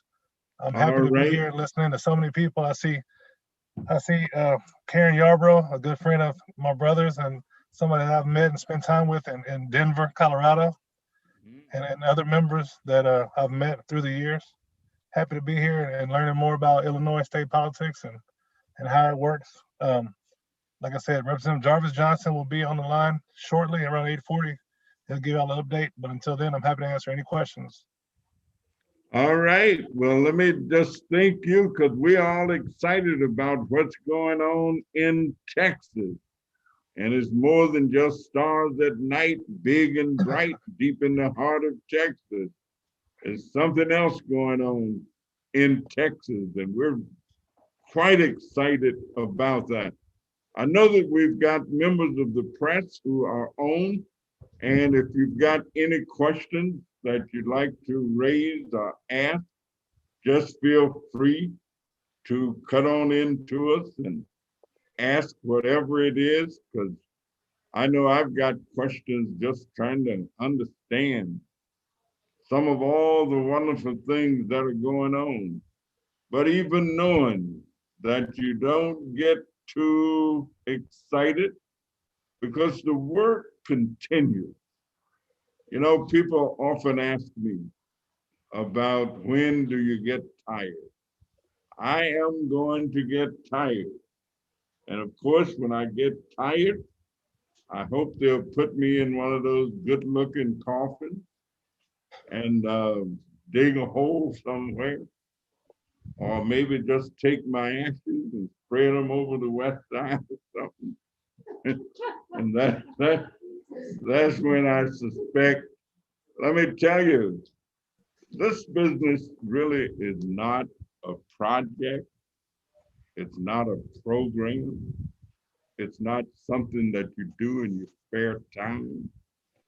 It's something called total commitment. You know, I grew up in the rural South, and I never will forget this joke that people used to tell about the pig and the chicken. And the times were pretty tough. And the chicken and talking to the pig and said, you know, Farmer Jones is having a tough time, so we ought to do something to cheer him up a little bit. And he says, well, I'll tell you what, we could have him a great breakfast. And I'll supply the eggs and you supply the bacon. So we'll give him a great bacon and egg breakfast. And as they was walking down the road, the pig started to think. And she said, we're gonna give him bacon and eggs. And, you know, for you, it's just a little extra effort. But for me, it's total commitment. Because in order to get this bacon, they're gonna have to wipe me out. All you gotta do is produce an egg. But to get the bacon, I gotta give up my whole being. And so in this business, if you're real about it, sometimes you give up your whole being because change is always needed. Rory Hoskins, Mayor of Forest Park, my friend, how are you? Very good, Congressman. How are you? Well, we're just delighted to see you. And what was your day like out there in the suburbs? Well, first, Congressman, let me just say I'm happy to join you this evening. Every day is a good day when you get to be the mayor of Forest Park. Like I think every other community in Illinois, we are dealing with COVID. In Forest Park, being a town with several restaurants and bars, you know, some of these small business owners are very much used to getting their way. These are individuals who've had their business for 20 years plus. So let's just say, Congressman, that some of them are less than thrilled with Governor Pritzker's mitigation orders. And so I'm holding a few hands in Forest Park and trying to get people to comply with public safety orders. Yeah, it's kind of difficult when you have to comply. And I know how people feel because I have so many restaurants in my district, and restaurants are facing a hard time. I've got whole communities made up of restaurants. Chinatown, restaurant. Greek town, restaurant. Little Italy, restaurants. Taylor Street, restaurant. Soulville, restaurant. And so my heart goes out to all of those individuals in the hospitality industry and in the hospitality business. But I agree with the governor. We've got to get this virus under control. And so we've just got to work as hard as we can. You see, I got my mask on right now, sitting in this space, and I, being a public health person, the only thing I really seem to know is the social distancing, is face covering, Wash your hands every time you think about it. And don't be around too many people at one time. And hopefully, we're going to get a handle on it. And so I pray for all of those individuals with every kind of business that we have. And Congressman. Yes, sir. Congressman, I was just thinking as we were going throughout this broadcast here, how you mentioned the town hall meeting that you attended with the Kerner Commission. One of the things that were the highlights of that meeting was dealing with the wealth disparity between blacks and whites in this country, and how the Kerner Commission brought that out, which is a pandemic for our people. And I'm just really praying that in this new administration that we're hoping to come into play, that we can begin to come up with comprehensive plans and ideas from locally that we can take nationally and be able to kind of lessen the gap between wealth as it pertains to black and white in this country. I think that once that begins to happen, a lot of things that we're struggling with on the state and local level will begin to go away, because a lot of it can be directly attributed to the lack of resources that are in the African American communities, especially communities of North Lawndale, of which I'm from. I certainly concur wholeheartedly and believe that as long as we believe, and that's the first thing you got to do, is believe that change is on the way. If you believe it, I've been told, then you can achieve it. And I believe when I look at the history of this country, we've made significant progress. But if you don't understand how hard it's been, and that's why I don't want to see one gentleman remain in office as the president. Because to get to the point of just where we are right now, James Weldon Johnson probably put the best spin on it I've ever heard. And he said that we've come over ways that with tears have been washed. We've come treading a path through the blood of the slaughter. Out from the gloomy past to now we stand at last, where the bright gleam of our stars are cast. And so if I want to go south, I always say the first thing that I do is turn and face that direction. And then every time I make a step, I get a little bit closer to 95th Street. But if I'm heading up toward Devon, or if I'm going around in circles, never will I get to South Bend. And so faith is so vitally necessary and so important to have and to believe. If you would have the faith of a mustard seed and say to yonder mountain, be moved, the mountain will get out of the way. And if it does not, then you get you some dynamite, some nitroglycerin, some TNT, and blow that sucker out.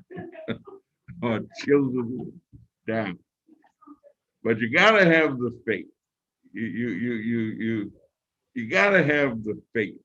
I mean, I'm a woman named Helen Steiner Wright is one of my favorite poets. And she's got a poem that says that often your task will be many and more than you think you can do. But start out today with faith in your heart and climb till your dreams come true. Often the roads will be rugged and the hills unsurmountable too. but God is a mover of mountains. There's nothing that God cannot do. So start out today with faith in your heart and climb to your dreams come true. So we just have to keep climbing and keep on moving. We climb though the rocks be rugged and the hills be steep. And I do believe that as long as we maintain the presence to do that, we will manage to do it. And I am so grateful and thankful for people like Zenobia Stowell, my dentist, who is as much of an activist as she is a dentist. I look out, there she is at this rally, at this meeting, in this motorcade, in this whatever, not only in Chicago, but all over the country and in many places throughout the world. And so I see people doing the impossible, dreaming the impossible dream, fighting the invisible foe, knowing that tomorrow is on the way. And I believe we also have all the way from Texas, Miss Jennifer Romero on the phone in Houston, Texas, I believe. Jennifer, are you there? Well, maybe she may have stepped away, but I saw her signed in. Anybody got any questions or anything else that we need to try and respond to? And who's winning? Well, looks like President Biden, not President Biden, Vice President Biden is getting the Electoral College 119 to President Trump's 91. The Electoral College. Yay. So North Carolina, that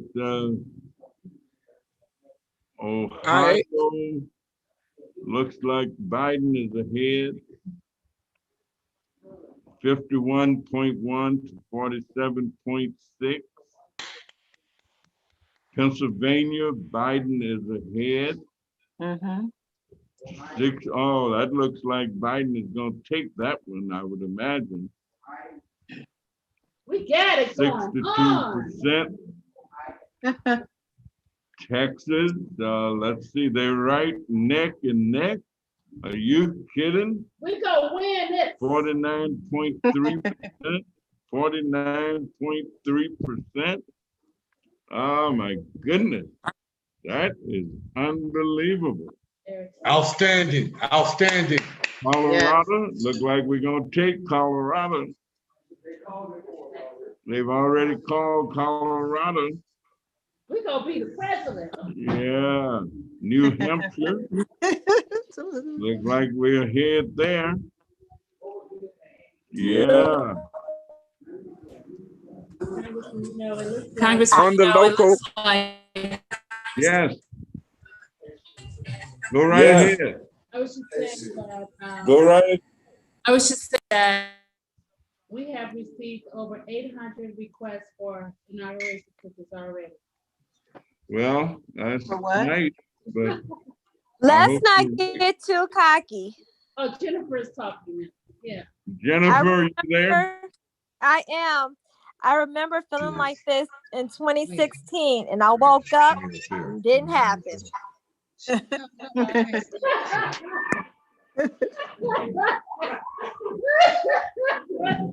Hey, Tamir, I made it, Tamir. I made it. I see. Thank you, LaRue. Well, on the local level, it looks like half on here with me. So what's happening in Texas? Jennifer. 49. Right here. Wisconsin, it looks.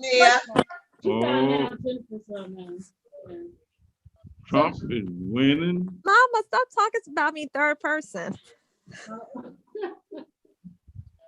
I guess there's still things going on. Kentucky, the winner, Mitch won. Mitch won. Arkansas, of course, Tom Cotton. I don't think anybody was running against him. South Dakota. Do we know what our numbers are? I know that when we looked on, I looked on the Chicago elections, we had 78%. Shelley Moore, Capitol won.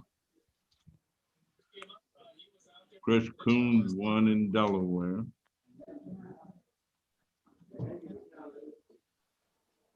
Sheehan won in. Congressman Danny Davis has 79%. Yeah, that's what Really? That sounds pretty good. I'll bet anybody can get 82% of the vote. Cory Booker. Colorado, he won. I'm not. Hickenlooper beat Corey Gardner. Big Right. team. Right. So I guess it's still North Carolina. Oh, Tillis.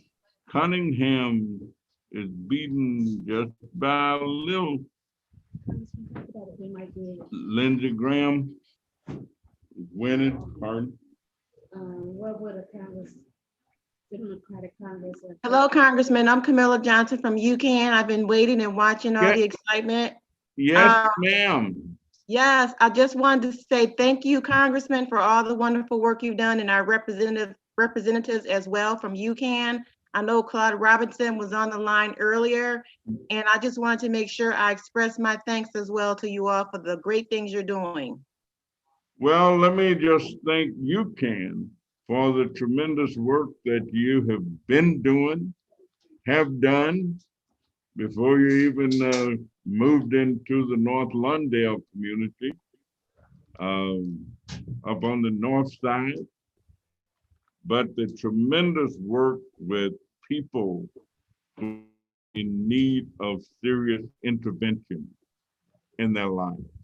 And there are lots of people, not only in our city, but in our country, who are in need of those expert services. Thank you, and thank you so much for being holding us up to that. So we appreciate UCAN and look forward to another round of activity and great work. And we just hope the virus will hurry up and give us the opportunity to experience the great work and all of the great work in a different way that can in fact be done. And so thank you very much. Thank you. Zenobia, are you there? Dr. Sowell, are you there?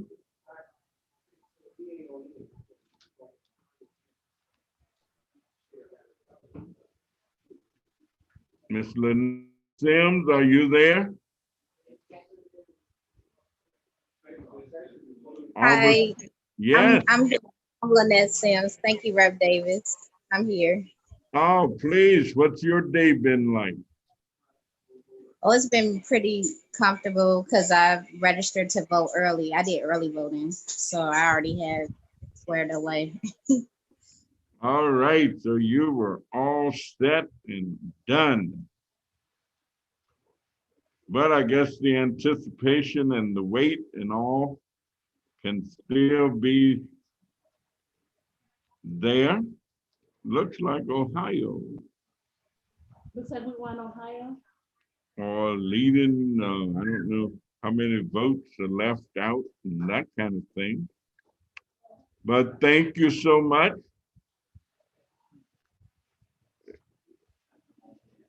Jewel Sneed, are you there?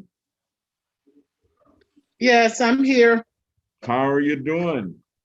I'm doing good, thank you. All right. What was your day like? My day was quiet, pretty quiet. I'm trying to stay calm and not watch too much of what's coming across the television because it's just too nerve-wracking. All right. It can be a little bit of that, but I think when the deal goes down, we will be okay. Dr. Fred Nance, how are you? I'm okay, sir. I'm glad you won. Well, thank you very much, and I am too. I mean, 2 years to try to dig into all the things that are going on in this country. There are a lot of those, and we'll just have to see what we can do with as many as we can. Eric Stith, how are you?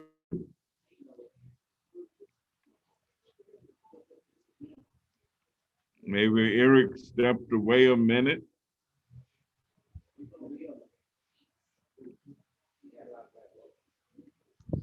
All right. Let's see, deference order.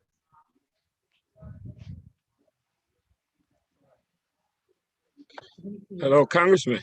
Yes. The governor's, what is she, the lieutenant governor was on, Mrs. Stratton, and I know that the NAACP had put on the governor's desk a forensic audit that we had done about the Uniform Disciplinary Peace Officers Act, and it speaks to police reform, which is a very pertinent and important issue for our community here in on the west side of Chicago, but across the country. And I'm just really looking forward to new administration working hard to bring about systemic police reform across the country that is meaningful. I believe in those Uniform Disciplinary Peace Officers Act that exist in every state in the union. They are filled with laws that violate the 4th and the 14th Amendment of African Americans and just people in general, but mainly African Americans by and large, based on the number of African Americans that are incarcerated in this country. And I'm really hoping that our Congress and our Senate will take a look at laws like that and kind of do something to kind of free the states to do better about those kinds of laws, that our cities and municipalities can have a more fair contract with the police unions across this country. Let me tell you, it is at the top of the agenda for the House of Representatives. Thank you, God. As a matter of fact, we passed the bill out of the House. The Senate did not take it up, but you know, we'll be right back on it the moment that we get there. There's no doubt about it in my mind at all. I think we're going to pick up additional House seats, and so we'll just be right there working on it. Miss Janicia Williams, how are you? Hi, Congressman. I'm doing good. How are you? Well, I'm doing all right. How is Howard University? Well, Howard University is this bedroom right here for me this semester and next semester. But other than that, it's good. Well, that sounds good. I was on a panel with the president of Howard not long ago, and we had a wonderful, wonderful discussion. As a matter of fact, we joked about his age because he looked so young. I mean, he's a little older than he looks, but we had a wonderful discussion just before we adjourned and came home. So it's good to see you. And Good to see you as well. what was your day like?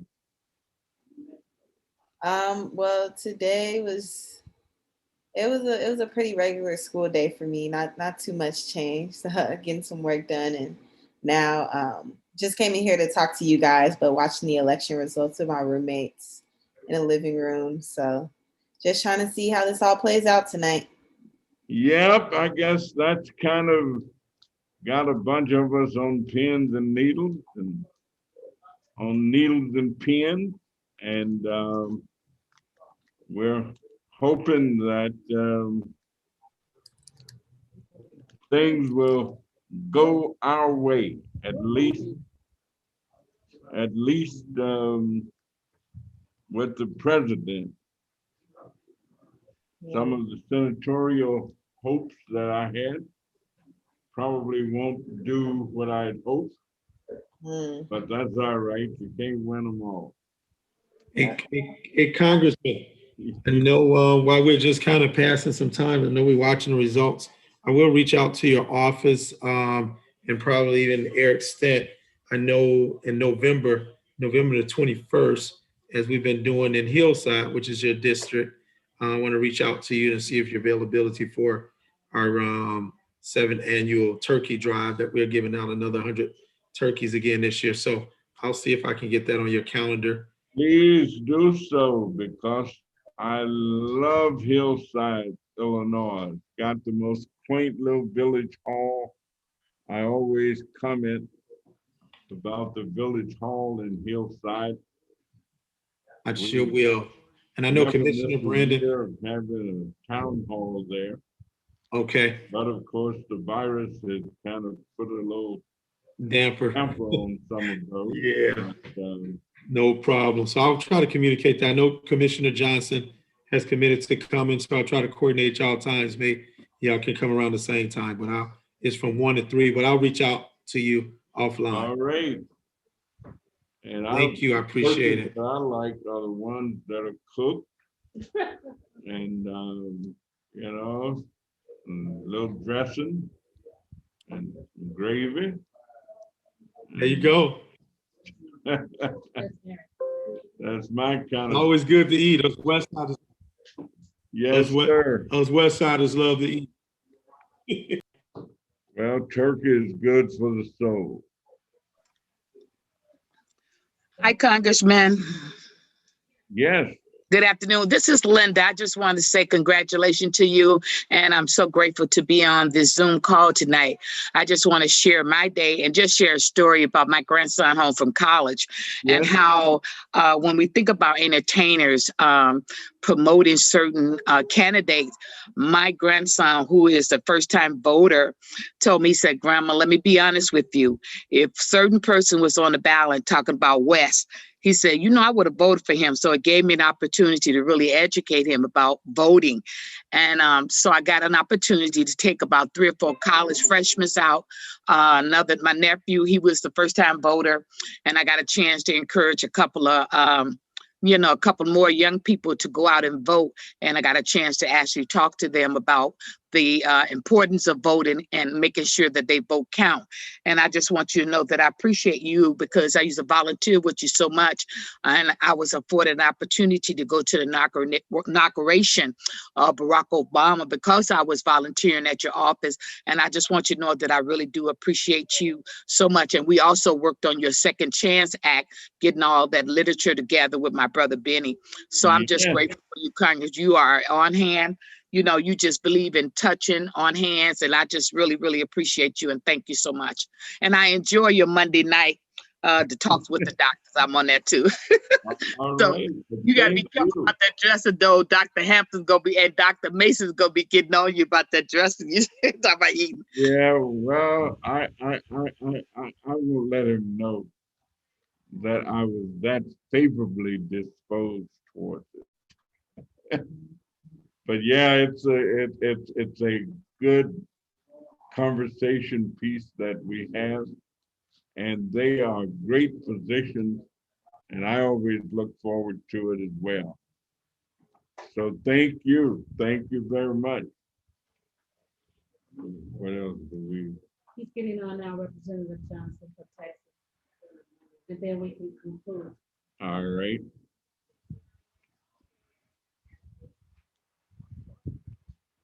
We are going to get a little update in terms of what's really going on in Texas.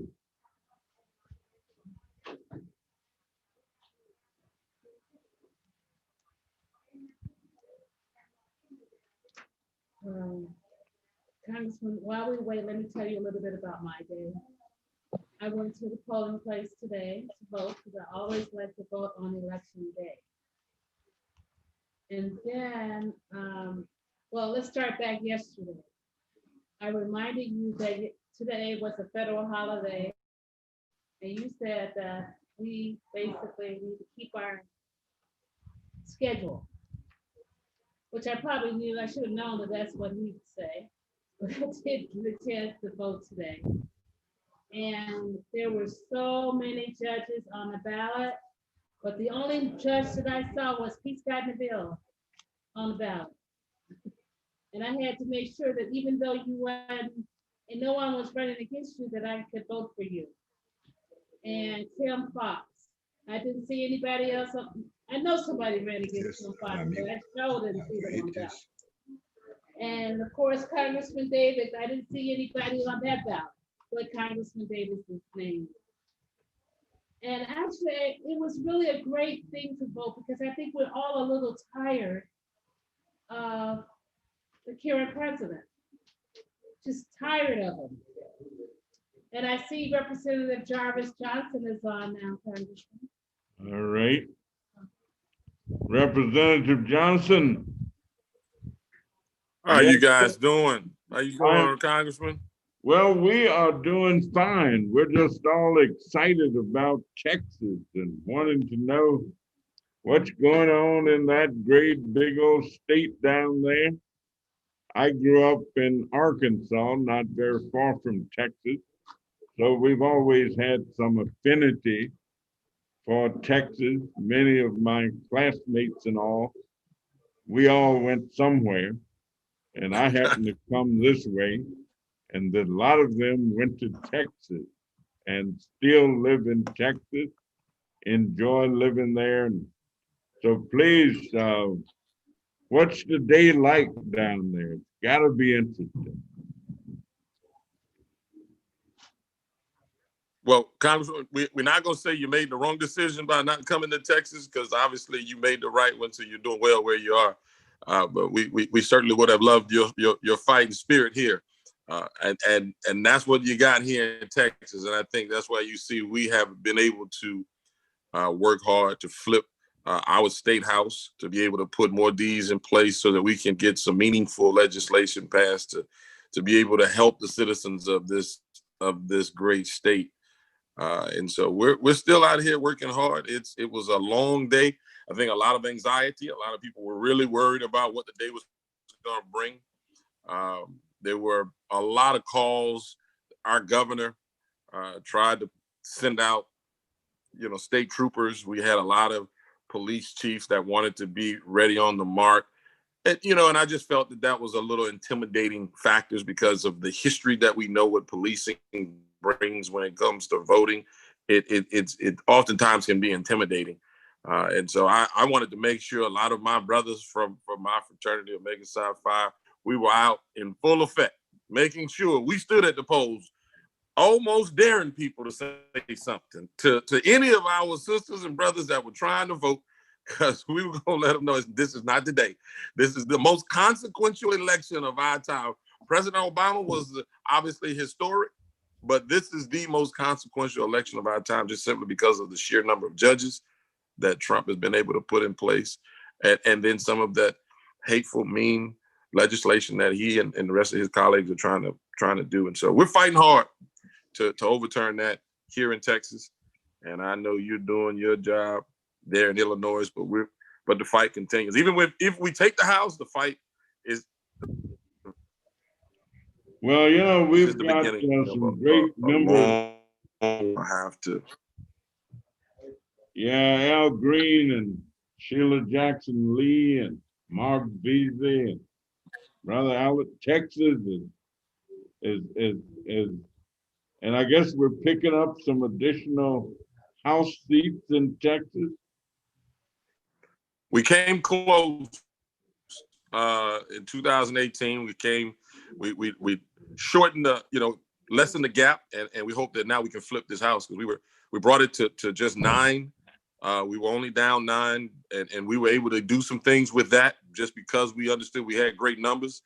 We were able to pass some great education bills, but we're hoping that we can flip this house now. I think a lot of people in Texas are tired of the divisive rhetoric. They're tired of the, kind of the lack of legislation, and people and legislators looking out for the people as opposed to just looking out for business, and continue to talk about tax cuts, but don't understand how we're supposed to pay for all of our great services that we provide here in Texas. If you keep cutting taxes and letting businesses get away with cutting taxes. But I think we're well on our way, and we got our fingers crossed. I think we looked at the numbers, and if we can flip 12, we're going to be in great shape, but we're hoping for more. Well, we want to thank you for taking time, and the fact that there's such a good association of African Americans combining forces in Texas, as well as the Latinx population that's also combining forces. Illinois, we used to have a great Black elected official in Illinois. We kind of fell by the wayside a little bit when Barack Obama became, when Harold Washington honestly became mayor of Chicago. Some of our African Americans figured they didn't need to really have a group. And then after Barack became president, they sure enough decided they didn't think they needed to have a group. But I think they're beginning to resurface a little bit, and are now ready to reorganize. I think the one thing that we keep learning is that the most potent weapon that any group can have is something called unification. And that a combined force, seriously unified, can move mountains like nothing else. And so I'm hoping that as we keep struggling to make America and to help America become that America that we've always dreamed of, the America that has never been, and yet the America that has the potential to be. And that's what the fight, I think, is. So thank you so much. And I'll look forward. I think Sheila and Al and I interact with them probably a little bit more than I do Mark. So I'll make sure that first thing I do whenever we land back in DC is share with them that we were able to have a conversation with you. And thank you so much for joining us. Well, it's my pleasure. Thank you for what you're doing. This is great. We finally, you said unity, and I'll end with this, guy. I don't want to take the time, but we are the TLBC, which is Texas Legislative Black Caucus here in Texas, is working diligently. We're working hard to elect our very first Speaker of the House, Black Speaker of the House, Sister Symphonia Thompson, who has been a part of the Texas legislature for the last 46 years. And so we're working hard to make sure that we can get her elected. And we're putting in, so as soon as I hang up the phone with you, we're going to look at these numbers. And if we flip that house, we're all on the phone all night tonight, calling up our colleagues, trying to get those votes so we can sure up that Ms. T can become the next Speaker of the House for the state of Texas. Oh, that would just be a tremendous accomplishment. And I'm going to claim it for you and say that it's going to happen. And thanks again so much. And it's been a pleasure. Thank you. Thank you, Congressman. Take care. right. God bless. Thank you. All right. I guess it's about time for us to kind of wind up and wind down. Let me thank everybody for being with us this evening. Camille, I congratulate you not only on a great run, but I congratulate you because oftentimes individuals don't necessarily have to do all the work that you did, because it wasn't just about Camille Lilly. It was about helping raise the level of awareness of our people to know that we have within us the possibility of bringing change, even though it's difficult. So I congratulate you. I want to congratulate Justice Neville for a great primary run. But to be able to say that even though there were things that should not have been going on, you hung in, stayed the course, got elected, and some of the decisions that you've already participated in making, you represented my thinking on those. And I appreciate that. You know, you can always follow the crowd, but there isn't much cheer and always looking at somebody else's rear. And so the person who's willing to stand sometimes alone because they're standing on principle and they're standing on what they believe is right. I have a great deal of respect for those kind of people. And so I am grateful to you for being in a position to make sure that the thinking of our Supreme Court will reflect the thinking of an individual like yourself. So thank you, everybody. Tiama Romero, I thank you for putting this evening together. It was really your idea, and if you hadn't thought it up, we would not have been doing it. I would have been at home probably eating ice cream, which I shouldn't have had. And so since I wasn't there, I didn't eat any. And so the doctors would say I did well. But thanks to everybody. Rory, thank you. Marvin, Reverend Hunter, Keith, it's always a pleasure. Dave, thank you for being still with us. Dr. Nance, thank you, sir. Mr. Phyllis Johnson, Deborah Williams, keep up the great work that you've been doing. Thank you, Congressman. Thank you and have a good evening. That's my congressman. Thank you. Yeah, no, that's my congressman. No, that's my Congressman. Our congressman. Thank you, And it's my Congressman. congressman. That's my congressman. And I ate the ice cream. And Joseph and Cameron.